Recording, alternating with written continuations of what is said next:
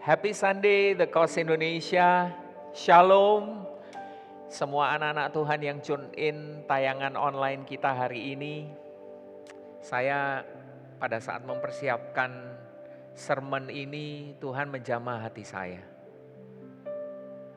Saya yakin Tuhan akan menjamah setiap kita yang mendengar hari ini. Sebelumnya mari kita siapkan hati kita. Bapa, kami datang, kami rindu Tuhan, Engkau menyatakan dirimu, menyatakan hatimu kepada kami. Kami tahu Tuhan, Engkau terlebih-lebih rindu Tuhan, untuk menyatakan bahwa Engkau begitu mengasihi kami Tuhan. Sering kami tidak bisa merasakan ini Tuhan, tapi hari ini kiranya Roh Kudus-Mu bekerja di setiap rumah, di setiap kendaraan, dimanapun mereka mendengarkan tayangan ini Tuhan, ada kasih yang menjangkau, menyentuh ke dalam hati mereka. Terima kasih Tuhan buat waktu yang berharga ini. Terima kasih atas kesehatan yang Kau berikan pada kami sampai hari ini. Thank you Jesus, thank you Lord. We treasure you. Kami menghargai Engkau. Haleluya. In Jesus name everybody say amen. Wow. Judul khotbah hari ini, A Sermon from a Dead Man. Dari Ibrani pasal 11 ayat 4. A Sermon from a Dead Man. Saya tidak berusaha bombastis dengan membuat gimmick untuk menarik perhatian dengan judul ini. Arti dari judul ini adalah khotbah dari seseorang yang telah mati. Apakah maksudnya? Mari kita simak bersama. Kita buka hati kita, pikiran kita. Sebelumnya saya mau terima kasih untuk, saya nggak bisa katakan rasa syukur saya kepada orang-orang yang begitu luar biasa, untuk para pastor kita, Pastor Yohanes, Pastor Juliam, Pastor Indra dengan istri dan keluarga mereka. Juga untuk orang-orang yang melayani di balik layar yang tidak terlihat. Ada Edwin, tadi ada Songjao, ada Aong. Saya juga tidak lupa dengan seseorang yang biasanya mengedit tayangan kita, Albert Harjo. Wow, thank you Bro Albert. Juga hari ini saya lagi-lagi ditemani adik saya yang paling saya sayang, Zack.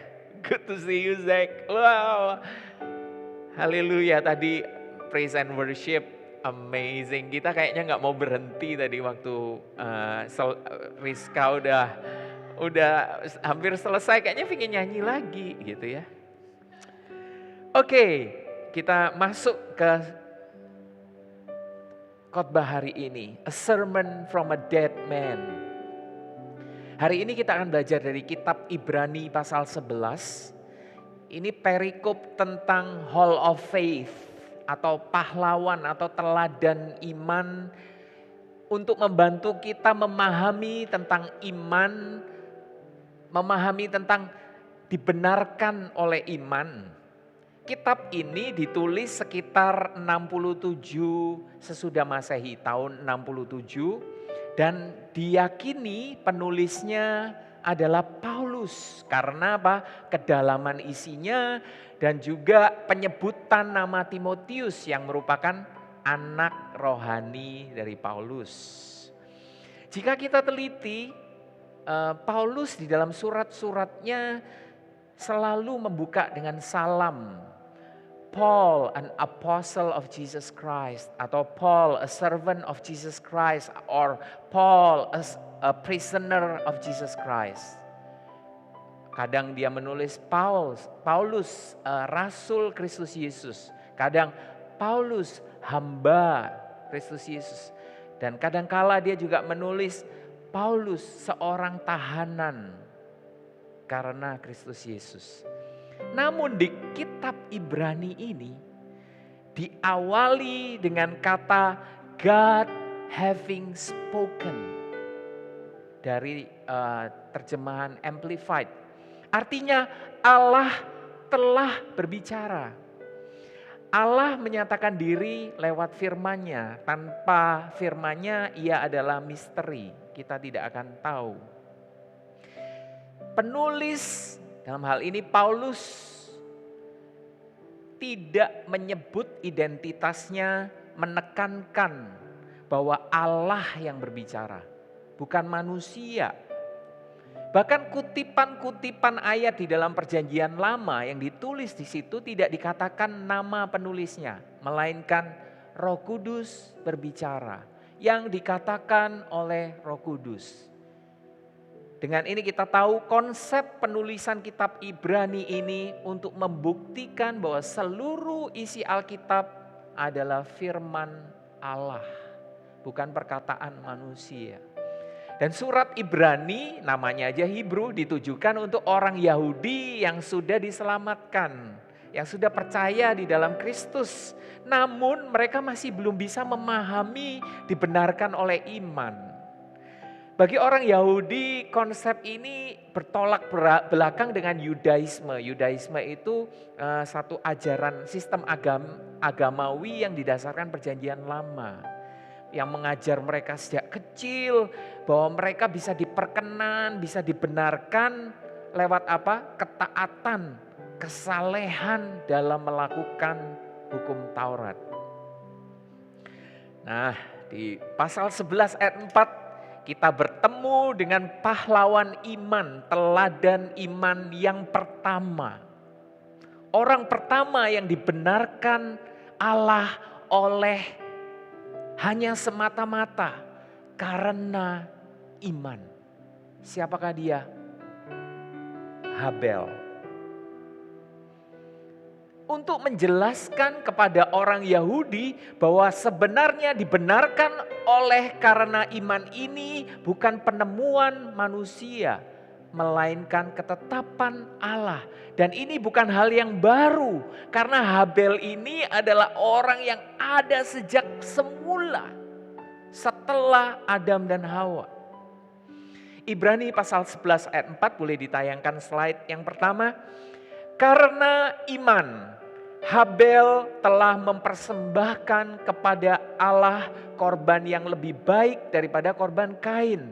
Dengan jalan itu ia memperoleh kesaksian kepadanya bahwa ia benar karena Allah berkenan akan persembahannya itu, dan karena iman ia masih berbicara sesudah ia mati. Habel adalah orang pertama dari teladan iman di kitab Ibrani. Adam dan Hawa bukan contoh iman. Kenapa? Karena mereka melihat Allah secara langsung. Mereka berjalan, berbicara, mengalami hadirat Allah di tengah-tengah Taman Eden sebelum mereka jatuh. Habel dikandung dan dilahirkan setelah kejatuhan manusia. Setelah diusir dari Taman Eden, dan dia belum pernah melihat Tuhan, melihat Allah secara kasat mata. Apa yang membuat Habel menjadi teladan iman? Hari ini kita akan sama-sama belajar Kejadian pasal 4 ayat 1 sampai 2. Kita bisa melihat kisah Habel ini di kitab yang paling awal Perjanjian Lama. Kejadian pasal 4 ayat 1 sampai 2. Kemudian manusia itu bersetubuh dengan Hawa istrinya dan mengandunglah perempuan itu lalu melahirkan Kain. Maka kata perempuan itu, aku telah mendapat seorang anak laki-laki dengan pertolongan Tuhan. Ayat 2, selanjutnya dilahirkannya lah Habel, adik Kain. Dan Habel menjadi gembala kambing domba, Kain menjadi petani. Kalau kita melihat di pasal sebelumnya, pasal 3, manusia jatuh di dalam dosa. Dan Allah memberikan sebuah janji. Kejadian 3 ayat 15, aku akan mengadakan permusuhan antara engkau dengan perempuan ini, antara keturunanmu, your seed, dan keturunannya, her seed. Keturunannya akan meremukkan kepalamu dan engkau akan meremukkan tumitnya. Dosa menghalangi hubungan intimasi antara manusia dengan Tuhan. Manusia menjadi terpisah dari Allah. Janji bahwa keturunan itu akan meremukkan kepala ular, kepala setan, membereskan masalah dosa. Tujuannya supaya hubungan manusia dengan Allah dipulihkan kembali. Dari janji ini saja kita bisa melihat God's mercy, kasih karunia Allah. Allah tidak mau hubungannya dengan manusia terputus. Seketika manusia jatuh, seketika itu juga Allah memberikan janji.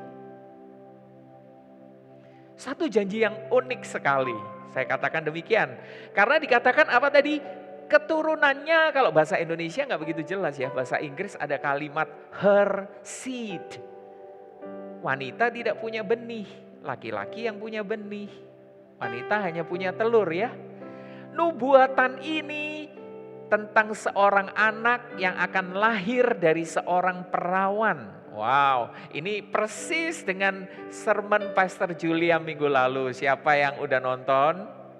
Wow, yes Zack, saya juga nonton. I'm very blessed. Thank you Pastor Julian. Jadi Maria, seorang perawan itu mengandung benih. Dan benih itu adalah Yesus Kristus. Dia bukan benih seorang laki-laki. Tapi Adam dan Hawa tidak mengerti hal ini. Sehingga ketika anak laki-laki pertamanya lahir, mereka menamainya apa? Kain. Kain artinya apa? Aku telah mendapatkan anak laki-laki. Dia pikir anak ini adalah benih itu.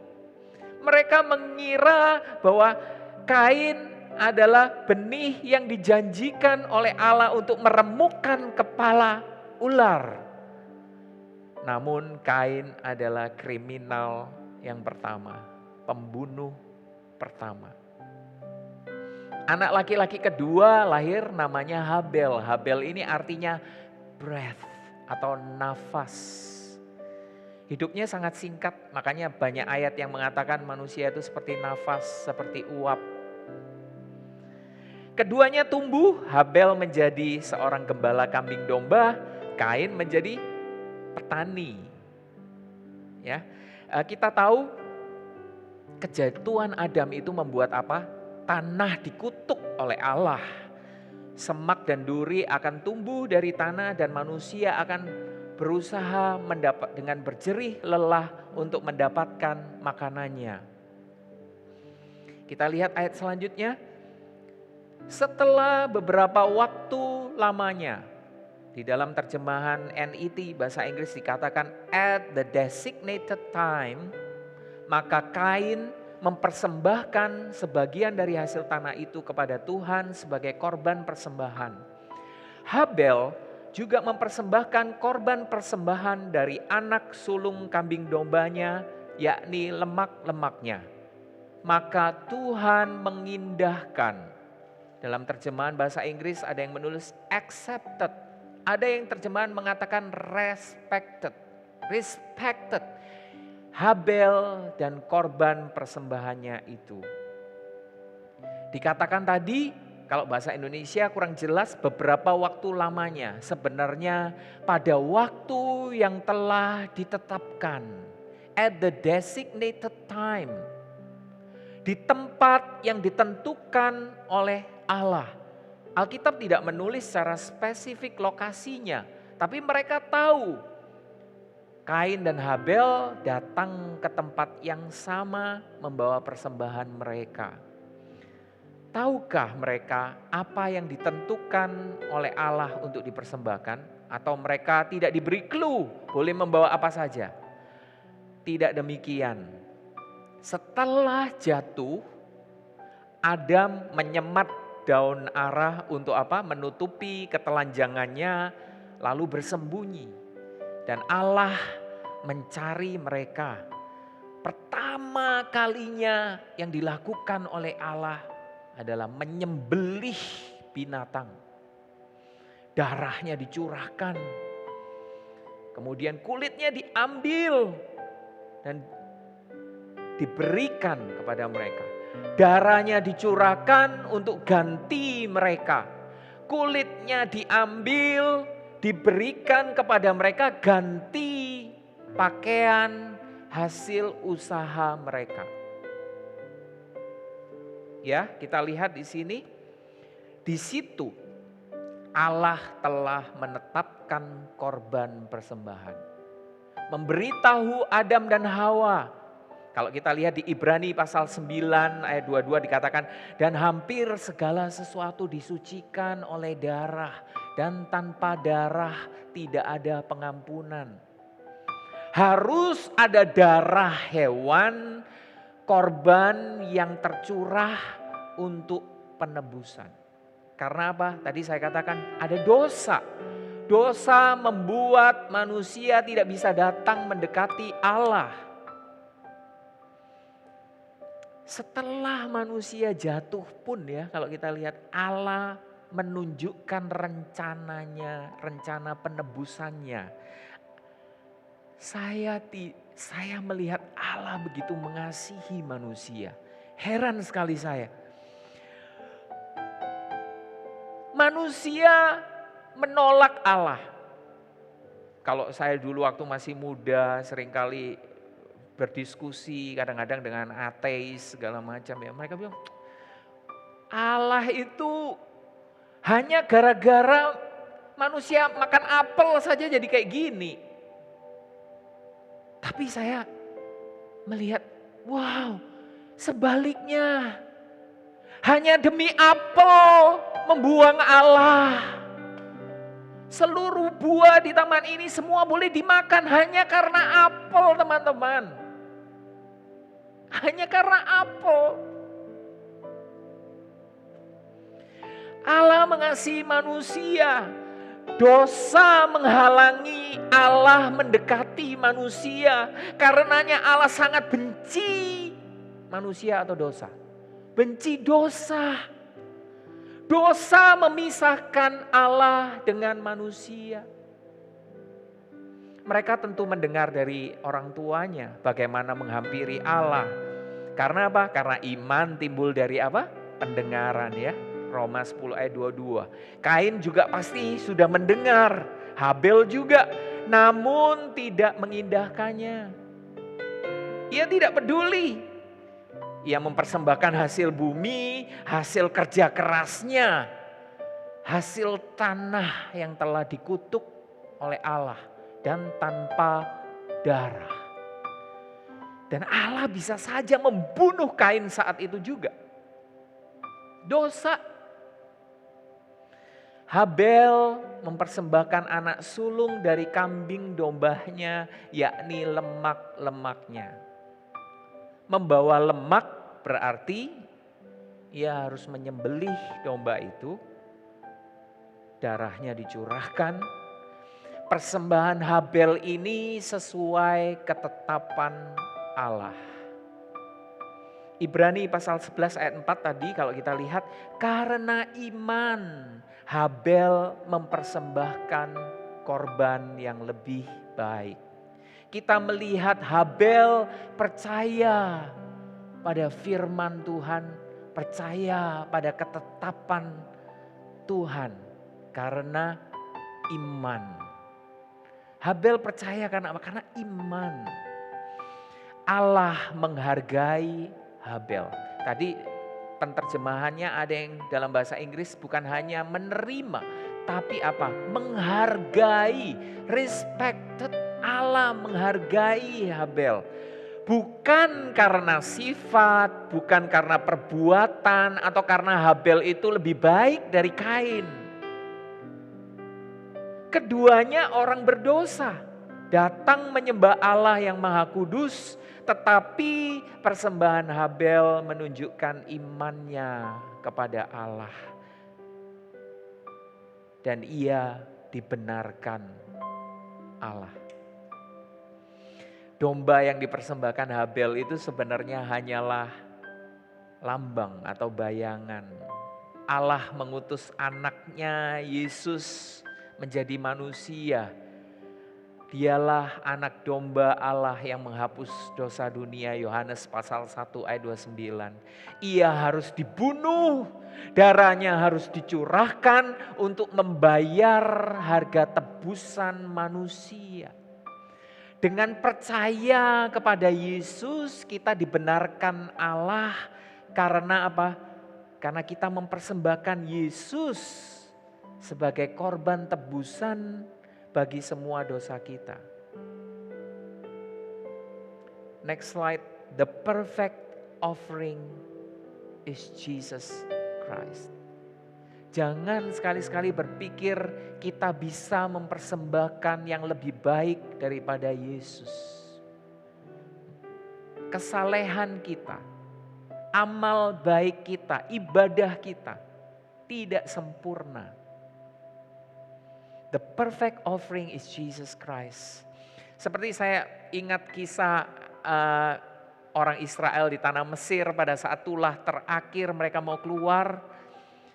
Mereka diminta untuk memberikan tanda darah di depan pintu rumah mereka. Saat malaikat Tuhan membunuhi semua anak sulung Mesir, rumah yang di depannya terdapat tanda darah dilewati. Karena darah berarti ada yang sudah mati menggantikan orang yang ada di dalam rumah itu. Bukan karena orang Israel saat itu lebih baik dari orang Mesir. Tidak. Kita lihat ayat selanjutnya, ayat 5. Masih semangat untuk mendengar firman Tuhan? Wow. Tetapi Kain dan korban persembahannya tidak diindahkannya. Lalu hati Kain menjadi sangat panas dan mukanya muram. Kain menjadi sangat marah. Karena apa? Karena Allah tidak menerima persembahannya. Ia merasa sudah berusaha mempersembahkan hasil yang terbaik. Hasil jerih payahnya bekerja di ladang. Saya bayangkan dia membawa keranjang penuh dengan sayur-sayuran, buah-buahan. Mungkin di sana ada semangka, ada timun, ada kol, ada caisim, wortel, mungkin begitu ya. Dan mungkin Kain sudah memilih sayuran yang terbaik. Ia mengira Allah menghargai usahanya. Kain pikir dosa bisa ditutup dengan usaha, dengan perbuatannya. Dosa harus dibayar dengan darah. Roma 6 ayat 23. Allah memperkenan persembahan Habel. Tidak dijelaskan, mungkin api turun menghabiskannya. Kalau di kisah Elia, Allah memperkenan korban itu dengan api yang turun. Mungkin api turun menghabiskan korban persembahan Habel, sementara korban Kain tetap utuh. Mereka berdua datang bersama menyembah. Persembahan Habel diperkenan, persembahan Kain tidak diperkenan. Hati Habel saat itu pasti penuh dengan damai sejahtera. Mengetahui apa? Persembahannya diterima, dosanya diampuni, dia dibenarkan. Sebaliknya, hati Kain penuh dengan amarah. Sekali lagi di sini ada satu kebenaran yang harus kita tahu. Justified by faith, not our works and efforts. Justified by faith without our works and efforts. Bukan seberapa baik kita, seberapa baik usaha kita, melainkan seberapa baik persembahan kita. Damai sejahtera tidak timbul karena menyadari seberapa baik diri kita, melainkan seberapa baik korban yang kita persembahkan di hadapan Allah. Kita diterima, diperkenan di dalam Yesus. Ayat 6, firman Tuhan kepada Kain, mengapa hatimu panas dan mukamu muram? Wow, udah marah, Tuhan masih ngajak ngomong. Wow, sudah berdosa, Tuhan menemui Kain. Mengapa hatimu panas dan mukamu muram? Saya melihat rahmat Tuhan ya. Dengan penuh kasih Allah berbicara kepada Kain yang sedang marah. Ia bertanya secara langsung, why are you angry? Kain marah tidak saja kepada adiknya Habel, dia juga marah kepada Allah. Di ayat 7, apakah mukamu tidak akan berseri jika engkau berbuat baik? Tetapi jika engkau tidak berbuat baik, dosa sudah mengintip di depan pintu. Ia sangat menggoda engkau, tetapi engkau harus berkuasa atasnya. Wow, ayat ini sangat ambigu. Maka saya segera mencari alternatif ayat-ayat terjemahan yang lain. Mari kita lihat next slide, dalam bahasa Inggris dikatakan, if you do well, will you not be accepted? And if you do not do well, sin lies at the door and its desire is for you, but you should rule over it. Masih belum memuaskan duel, berarti kita harus melakukan yang baik dong ya, Zack. Ternyata di dalam ditemukan penjelasannya di Septuagint. Septuagint itu bahasa Yunani dari Perjanjian Lama. Yang dimaksud do well adalah over correctly. Saya perbaiki penterjemahannya. If you over correctly, will you not be accepted?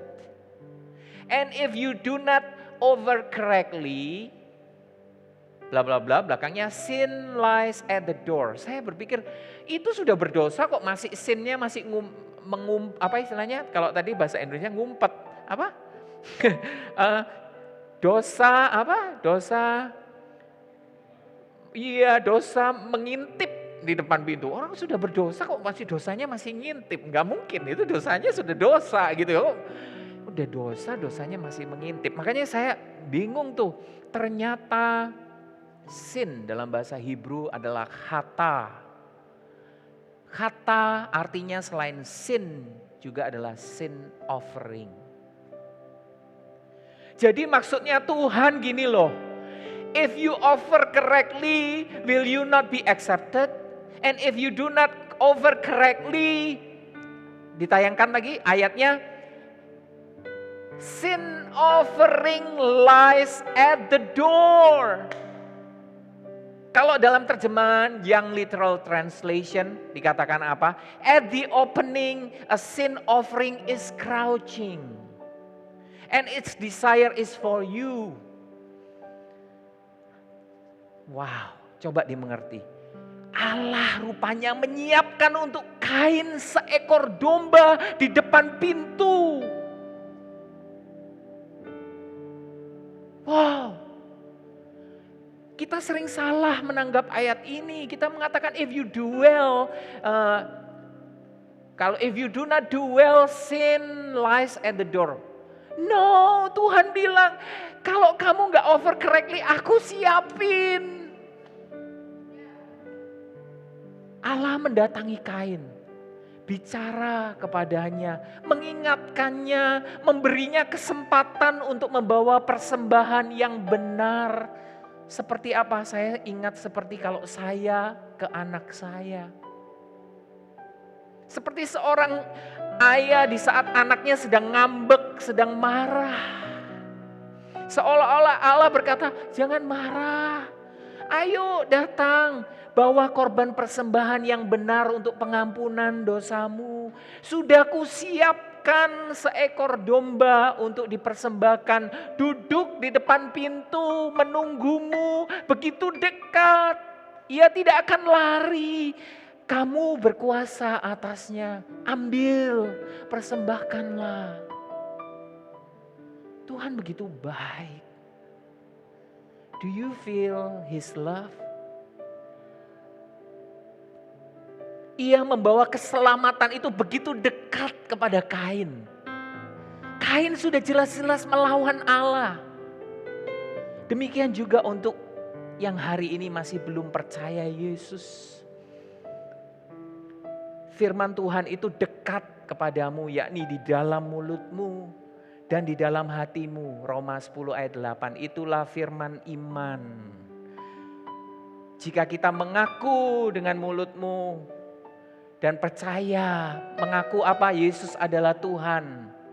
Dan apa? Percaya di dalam hati kita bahwa Allah telah membangkitkan Yesus dari antara orang mati. Kita diselamatkan dan kita dibenarkan. Saya berdoa hari ini jangan ada yang menolak. Jangan menolak Yesus. Ia membawa keselamatan begitu dekat kepada manusia. Mereka menepiskan tangan Allah yang menawarkan pengampunan, keselamatan. Seolah-olah bisa dibenarkan dengan usahanya, dengan amal ibadahnya. Sama seperti Kain. Ia sudah mendengar undangan Allah, ia tidak mengindahkannya. Ia menolak Allah, ia menolak kasih Allah. Ayat 8, kata Kain kepada Habel adiknya, marilah kita pergi ke padang. Ketika mereka ada di padang, tiba-tiba Kain memukul Habel adiknya itu lalu membunuh dia. Inilah pembunuhan pertama yang dilakukan oleh manusia. Hati Allah pasti sangat sedih. Karena Habel, juga karena Kain menolak pengampunan yang diberikan oleh Allah. Ayat selanjutnya, firman Tuhan kepada Kain. Wow, masih ngomong lagi Tuhan sama Kain. Di mana Habel adikmu itu? Jawabnya, aku tidak tahu. Apakah aku penjaga adikku? Firman-Nya, apakah yang telah kau perbuat ini? Darah adikmu itu berteriak kepadaku dari tanah. Allah bertanya, di mana Habel adikmu? Setelah membunuh adiknya, Kain berbohong, Kain melawan Allah. Apakah aku penjaga adikku? Saya melihatnya begini ya, ini loh hasil orang yang percaya pada usahanya sendiri, pada kebenarannya sendiri. Pada akhirnya ia menolak kebenaran Allah. Untuk pertama kali darah disebut di dalam Alkitab itu di sini. Dan darah ini bersuara, bisa berteriak dan Allah mendengarnya. Wow. Kita balik ke Ibrani pasal 11 ayat 4. Karena iman Habel telah mempersembahkan kepada Allah korban yang lebih baik. Dengan jalan itu ia memperoleh kesaksian kepadanya bahwa ia benar. He was righteous. Karena Allah berkenan akan persembahannya itu. God testifying of his gifts. Dan karena iman, ia masih berbicara sesudah ia mati. Wow, kalau kita baca ayat ini ya, karena iman Allah memberi kesaksian bahwa Habel adalah orang benar. Come on. Kalau Tuhan yang memberi kesaksian ini orang benar, siapa yang bisa bilang orang ini tidak benar? Zack. Wow. Dan orang yang benar ini dibenarkan karena apa? Karena persembahannya. Tadi jelas dikatakan, ia benar karena Allah berkenan akan persembahannya. Dan karena iman, ia masih berbicara sesudah ia mati. Wow, setan berada di balik peristiwa ini. Ia membujuk Kain untuk menolak Allah. Ia membujuk Kain menolak undangan Allah. Ia membujuk Kain untuk membunuh Habel. Tujuannya apa? Untuk membungkam Habel, menghapus satu-satunya suara yang akan memberitakan tentang dibenarkan oleh iman. Karena apa? Kenapa setan begitu concern dengan ini? Karena ini akan memulihkan hubungan manusia dengan Allah. Bisakah kita melihat hal ini? Dan hal ini akan membawa perkenan Allah di dalam hidup manusia. Harusnya hanya Allah yang bisa mendengar suara darah, ya. Namun karena iman, tadi dikatakan, come on. Karena iman, kita sering dengar khotbah tentang darah Habel berteriak tentang pembalasan, ya mungkin saya akan katakan demikian. Sekalipun Habel sudah mati 6.000 tahun yang lalu, darah Habel masih berbicara. Kalau kepada Allah ia menuntut pembalasan, tetapi kepada kita ia mengajar tentang iman. A sermon from a dead man. Hari ini suara Habel mengingatkan kita dibenarkan Allah bukan karena usaha, kelayakan, kesalehan kita. Kita dibenarkan karena persembahan korban tebusan. Kristus adalah korban tebusan. Darahnya menyucikan dosa kita. Itulah sermon dari Habel. Darah Habel mungkin berteriak sama Allah soal pembalasan, revenge. Tapi ke kita darah Habel berkata pagi hari ini, don't ever try with your own efforts. Bukan seperti itu. Dibenarkan oleh iman karena korban persembahan. Ayat selanjutnya, maka terkutuklah engkau, terbuang jauh dari tanah yang mengangakkan mulutnya untuk menerima darah adikmu itu dari tanganmu. Apabila engkau mengusahakan tanah itu, maka tanah itu tidak akan memberikan hasil sepenuhnya lagi kepadamu. Engkau menjadi seorang pelarian dan pengembara di bumi. Kita melihat ketika darah Habel berteriak, Allah segera merespon. Respon Allah terhadap darah adalah segera dan tidak dapat diubah. Kain dikutuk dari tanah yang menerima darah itu. Dan tanah itu tidak lagi bisa memberikan hasil yang sepenuhnya dan ia menjadi pelarian di bumi seumur hidupnya. Kabar baiknya buat kita hari ini. Realitas korban penghapus dosa. Yesus, anak domba Allah, darahnya juga telah dicurahkan. 2000 tahun yang lalu darahnya telah dicurahkan untuk membayar harga penebusan manusia. Untuk apa? Membebaskan manusia dari kutuk dosa dan upah dosa.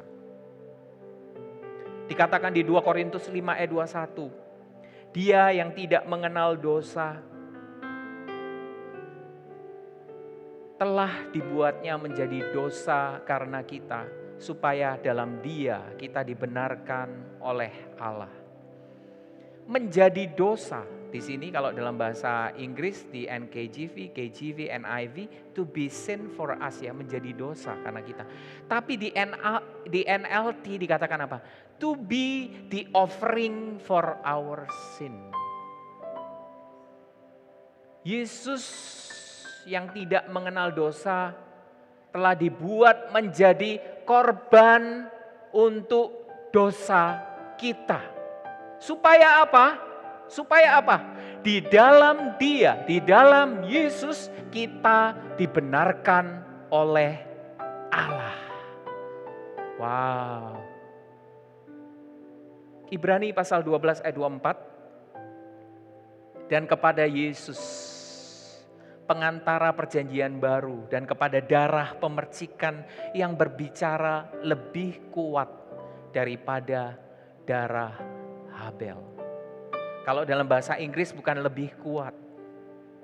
Dikatakan apa? Hal yang lebih baik. Darah yang berbicara tentang forgiveness. Darah yang berbicara tentang pengampunan, berbicara tentang penebusan, berbicara tentang pembenaran, berbicara tentang pengudusan, kasih karunia, kesembuhan. Inilah darah Yesus. Darah yang sudah ditumpahkan itu tadi berbicara lebih kuat. Dan darah ini berbicara lebih baik dari darah Habel. Secepat darah Habel ditumpahkan, secepat itu kutuk datang. Dan secepat darah Yesus ditumpahkan, secepat itu pula pengampunan. Wow. Saya melihat luar biasa ya, di 1 Yohanes pasal 1 ayat 7 dikatakan, untuk kita semua, dan darah Yesus, anaknya itu menyucikan kita daripada segala dosa. Coba kita renungkan lagi. Menyucikan kita dari semua dosa. Semua dosa kita disucikan sehingga kita dibenarkan oleh Allah. Semua artinya kecil, besar, yang sudah dilakukan, yang belum dilakukan, yang masih ada di pikiran kita, yang kita gak sadarin. Semua, tidak dikatakan sebagian. Darah Yesus anaknya itu menyucikan kita daripada segala dosa. Ketika darahnya tercurah, mati di atas kayu salib. Wow, ada demonstrasi Allah yang dahsyat. Allah turun merobek tabir pemisah ruang kudus dan ruang maha kudus. Artinya apa? Ini loh yang memisahkan aku dengan manusia, Allah yang merobeknya. Bayangkan ya, dulu manusia mau hadir, manusia tidak bisa karena tidak suci, tidak layak. Setelah Yesus itu darahnya tercurah, dia mati di atas kayu salib, Allah sendiri yang merobek itu. Artinya apa? Kita telah disucikan oleh darah Yesus dan kita semua layak untuk datang menghampiri Allah. Wow, pembenaran kita berdiri di atas darah Yesus. Kalau kita berdiri di atas darah Yesus, dasar ini dasar yang tidak bisa tergoyahkan. Kalau itu didirikan di atas usaha kesalehan kita, itu bisa dibatalkan, bisa diubah karena kita bisa melanggar dan kita bisa gagal. Tapi karena itu didirikan di atas darah Yesus, artinya apa? Kita disucikan sekali untuk selamanya. Kita dibenarkan sekali untuk selamanya. Bukan karena usaha kita, bukan karena perbuatan kita.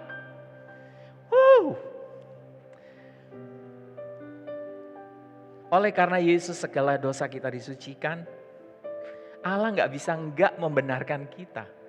Udah gak terlihat, udah benar, udah suci. Saya melihat yang tadinya kotor sekarang sudah suci dan mau tidak mau Allah hanya bisa menerima, membenarkan dan memperkenan kita. Allah gak berurusan dengan pikiran atau perasaan kita. Perasaan Ai sih masih kacau sih ya. Atau Ai masih berantakan ya Zek gitu ya. Kita semua merasa seperti itu. Allah berurusan dengan kita itu dasarnya adalah apa yang dikatakan oleh darah Yesus.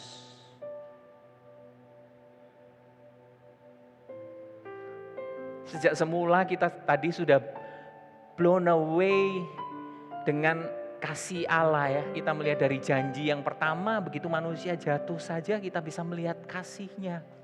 Kemudian dalam hubungan Kain dan Habel, Kain yang memberontak, Allah juga mendekati, berusaha untuk supaya Kain tidak sampai jatuh. Memberikan kesempatan. Saya pada saat mempersiapkan ini, hati saya dipenuhi oleh kekaguman dan keheranan akan kasih-Nya. Karena kasih-Nya itu lebih dari yang kita ketahui. Kita taunya ya seperti yang kita pikir dan kita dengar. Ia menyerahkan anaknya bagi kita. Saya adalah orang tua dan mungkin banyak dari kita yang orang tua. Bayangkan, mau nggak kita menyerahkan anak kita untuk menggantikan orang lain mati?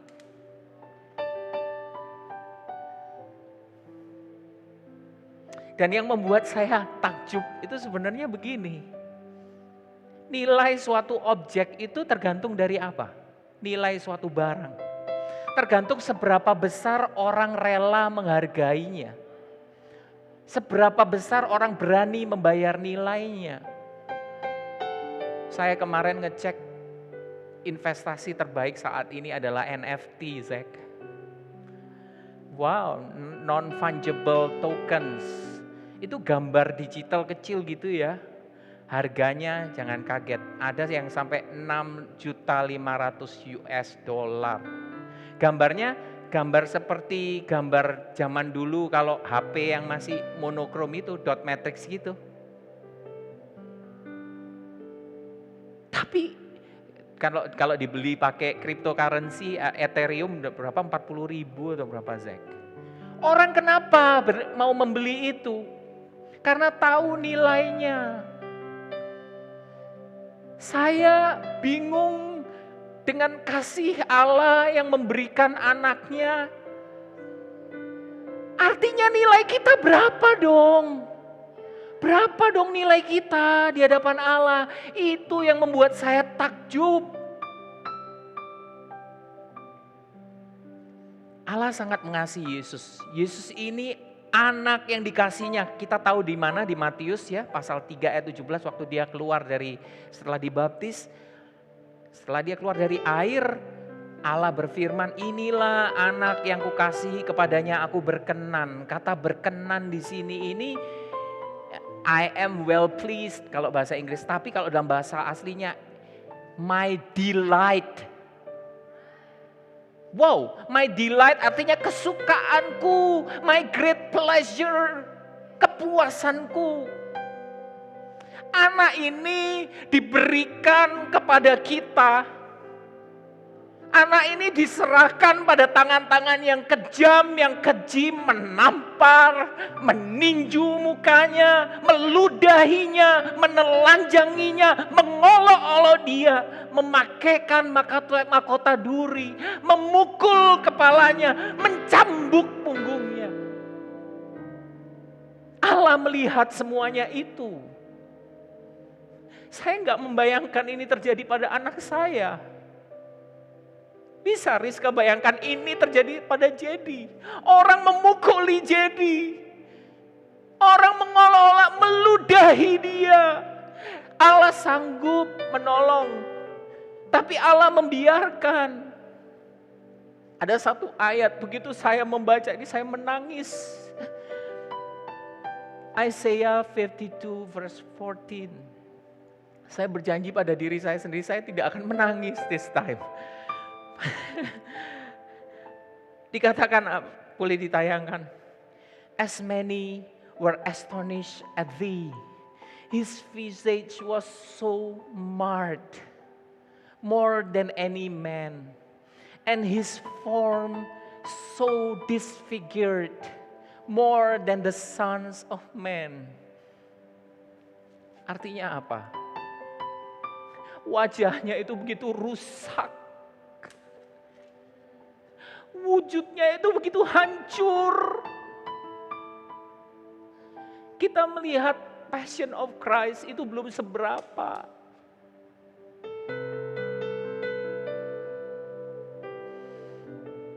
Sampai manusia tidak pernah melihat yang seperti ini. Ini loh yang terlihat saat ia selesai dicambuk, selesai dipukul, disiksa. Sekujur tubuhnya penuh darah,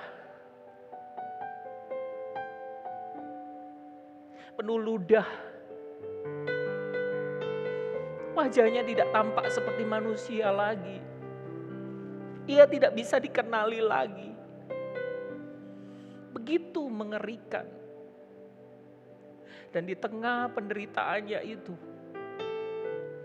ia harus memikul salib. Tidak ada kekuatan yang tersisa. Dia terjatuh. Dan sampai di Golgota, kaki dan tangannya dipaku. Kemudian kayu salib itu didirikan dengan kondisi yang sudah hancur. Dia tergantung di atas 3 buah paku, menahan tubuhnya. Ia tidak mau menolong dirinya sendiri.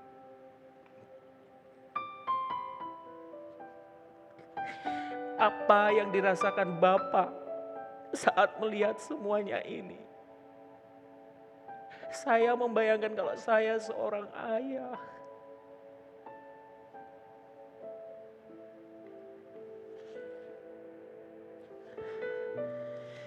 Mazmur 22 ayat 17. Segala tulangku dapat kuhitung, mereka menonton, mereka memandangi aku. Ia begitu tercabik-cabik, terkoyak sehingga semua tulang rusuknya pun bisa terlihat. Begitu mengerikan.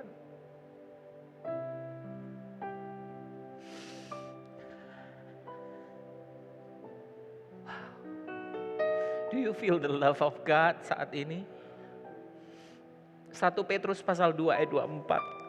Ia sendiri telah memikul dosa kita di dalam tubuhnya. Memikul dosa kita di dalam tubuhnya di kayu salib. Supaya kita yang telah mati terhadap dosa hidup untuk kebenaran. Oleh bilur-bilurnya. Stripes, di situ dikatakan by his stripes kamu telah sembuh. Kalau kita melihat ini seolah-olah sesuatu luar biasa. Tapi kalau kita melihat bahasa aslinya, bahasa Greek dari stripes di sini bukan jamak. Hanya ada satu cambukan. Artinya apa? Dia dicambuki, dipukulin sampai tidak ada sisa selembar daging atau kulit yang tersisa. Sehingga seluruh tubuhnya itu menjadi satu luka saja. Tidak ada satu sisa daging. Dan itu bukan hanya di punggungnya, di bagian depannya juga. Sampai dia bisa melihat tulang-tulangnya. Ini loh harga yang dibayar Yesus. Untuk penebusan dan pembenaran kita. Seekor domba harus disembelih.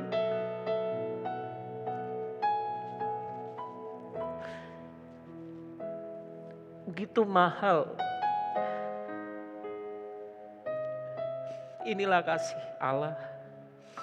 Semua kutuk penyakit, kekotoran, kepahitan, pelanggaran, ganjaran, kesengsaraan kita sudah dipikul oleh Dia. Supaya apa? Supaya setiap kita bisa datang menghampiri Allah tanpa rasa takut. Untuk apa? Untuk menerima rahmat. Untuk menerima kasih karunia. Untuk mendapat pertolongan pada waktunya. Untuk ini. Next slide.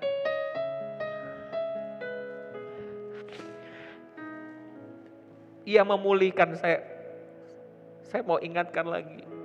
Ia memulihkan hubungan manusia dengan Allah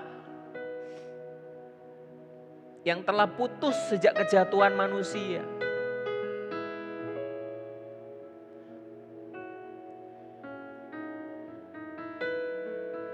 Bukan karena kita yang mau ya, tapi Allah yang mau. Manusia tetap menolak Allah, tapi Allah mau.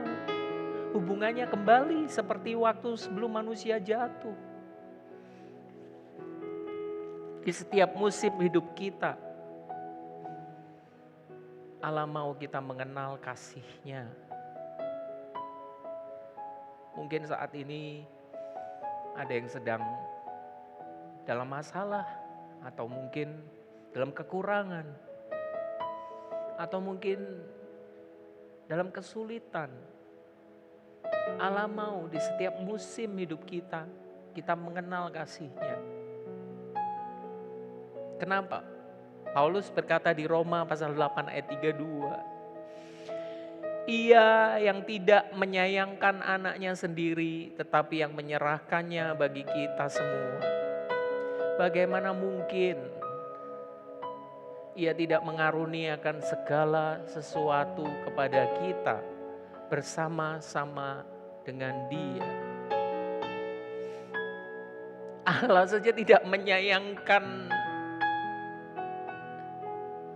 yang paling berharga, heaven's best. Berkat yang begitu terbaik, teragung. Apakah yang kita butuhkan itu lebih besar daripada Yesus?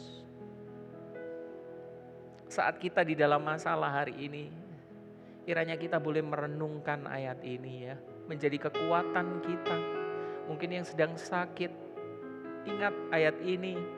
Ia yang tidak menyayangkan anaknya sendiri, tetapi menyerahkannya bagi kamu, bagi aku. Bagaimana mungkin Ia tidak mengaruniakan segala sesuatu kepada kita bersama dengan Dia? Next slide please. Iman mempercayai Allah, memegang janji dalam firman-Nya. Tadi iman, kita belajar tentang iman. Iman ini adalah iman yang mempercayai kasih Allah. Apapun yang sedang kita alami hari ini, percaya kasih-Nya. Pandang pada korban Kristus. Percaya Allah akan mengaruniakan segala sesuatu yang terbaik yang kita butuhkan bersama dengan Yesus. Dan mungkin ada anak-anak Tuhan yang saat ini sudah lama jauh dari Tuhan, merasa saya tidak layak, saya sudah kotor, saya gagal, saya ragu. Ibrani pasal 10 ayat 10 berkata kepada kita, dan karena kehendaknya inilah kita telah dikuduskan satu kali untuk selama-lamanya oleh persembahan tubuh Yesus Kristus. Sorry ya. Dikatakan di sini apa? Oleh kehendaknya.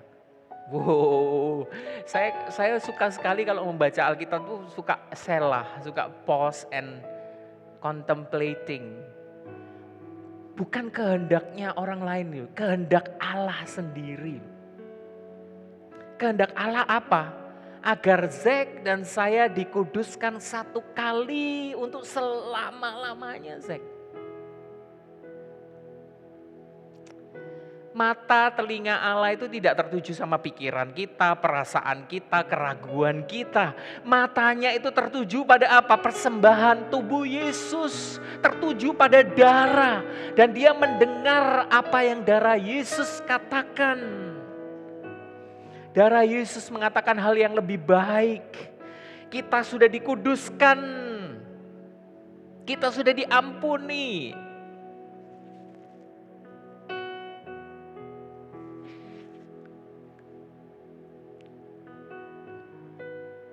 Ada yang berkata, kita harus membuat diri kita layak di hadapan Tuhan. Pada saat kita mau melayani atau apa, kita merasa, wow, saya harus layak di hadapan Tuhan. Kalau kita melihat ayat ini, karena kita sudah dikuduskan sekali untuk selama-lamanya, artinya kita kudus selama-lamanya. Jadi Allah sudah mengampuni dosa kita, dosa masa lalu, dosa sekarang, bahkan dosa yang belum kita lakukan di masa yang akan datang. Kita dibenarkan sekali untuk selamanya oleh persembahan tubuh Yesus. Namun di Yudas pasal 1 ayat 13 dikatakan, celakalah mereka karena mereka mengikuti jalan yang ditempuh Kain. Sampai hari ini masih banyak yang mengikuti cara Kain. Cara Kain itu apa? Cara agamawi. Berusaha keras memperbaiki diri. Agar apa? Dibenarkan oleh Allah. Iman bukan tentang seberapa baik kita, seberapa saleh, seberapa pantas kita di pandangan manusia, di pandangan pendeta, di pandangan alim ulama, di pandangan masyarakat. Iman adalah tentang seberapa baik persembahan kita. Persembahan kita itu apa? Yesus. Iman itu tentang persembahan kita.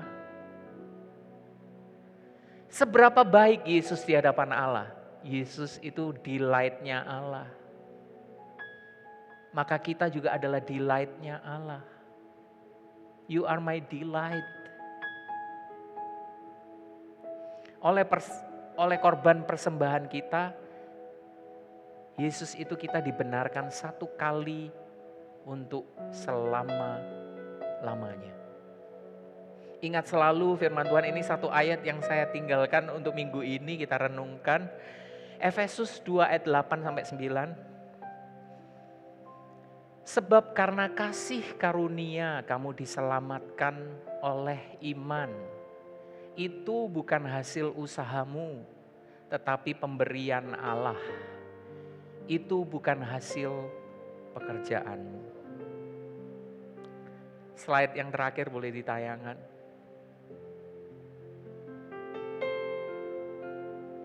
A sermon from a dead man. Righteousness by faith through an acceptable offering. Ditulis oleh Abel sekitar tahun 3900 sebelum Masehi.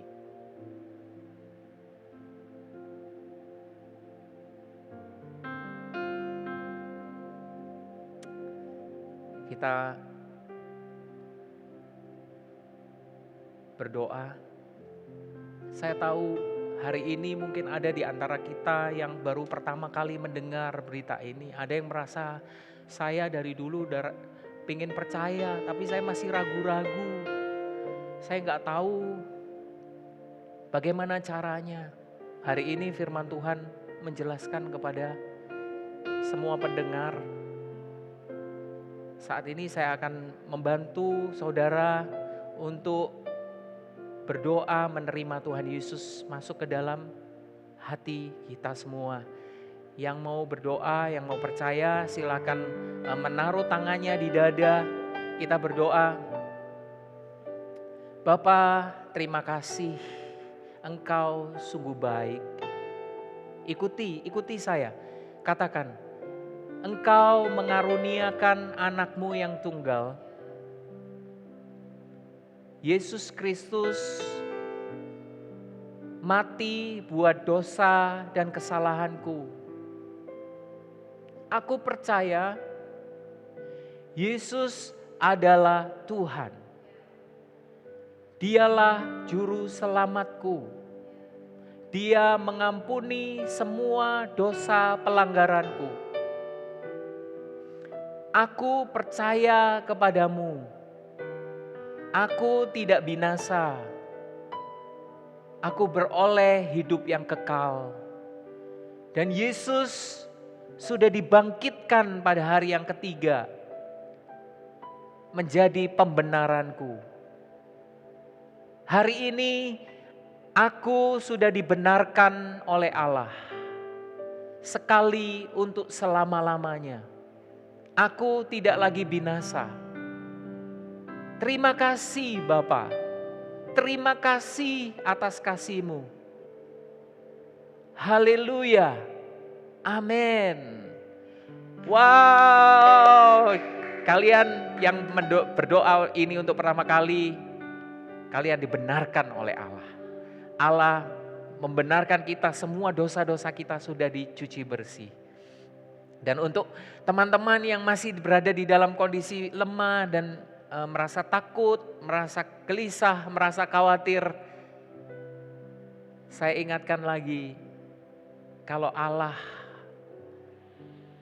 memberikan yang terbaik untuk kita, masakah Allah tidak memberikan apa yang kita butuhkan saat ini?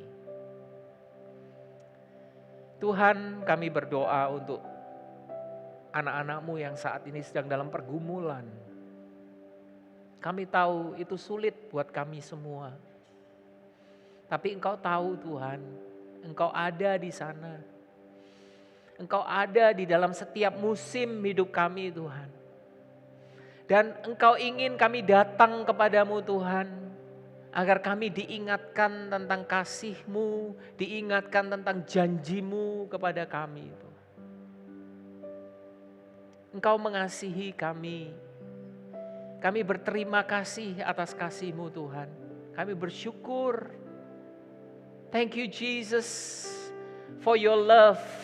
Thank you for your faithfulness throughout seasons of life. Terima kasih Tuhan. Terima kasih. Haleluya. Kami hari ini mempunyai satu assurance di dalam Engkau ya Tuhan. Bahwa kami tidak pernah ditinggalkan. Engkau selalu ada bersama dengan kami. Thank you Jesus. Thank you Father. In Jesus' name everybody say Amen. Happy Sunday. God bless you.